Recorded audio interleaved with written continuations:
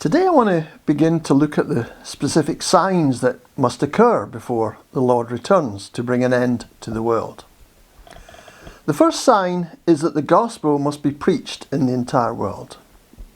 Matthew 24 and verse 14 says, "This gospel of the kingdom will be preached in the whole world, to all nations, and then the end will come."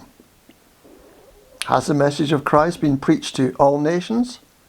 Probably not, since there are many language groups and tribes that have never heard the gospel. The second sign of the end of the age is the arrival of the Great Tribulation. Jesus says in Mark 13, 19 to 20 that those will be days of distress unequaled from the beginning, when God created the world, until now, and never to be equaled again. If the Lord had not cut short those days, no one would survive. It will affect the whole world and be of such magnitude that if God hadn't cut it short, everyone would be wiped out. There has never been, nor will there ever be such distress, suffering, persecution and death as there will be during the Great Tribulation. The third sign of the end of the age and the return of Christ will be false prophets working signs and wonders. Mark 13:22 says, "For false Christs and false prophets will appear and perform signs and miracles to deceive even the elect, if that were possible."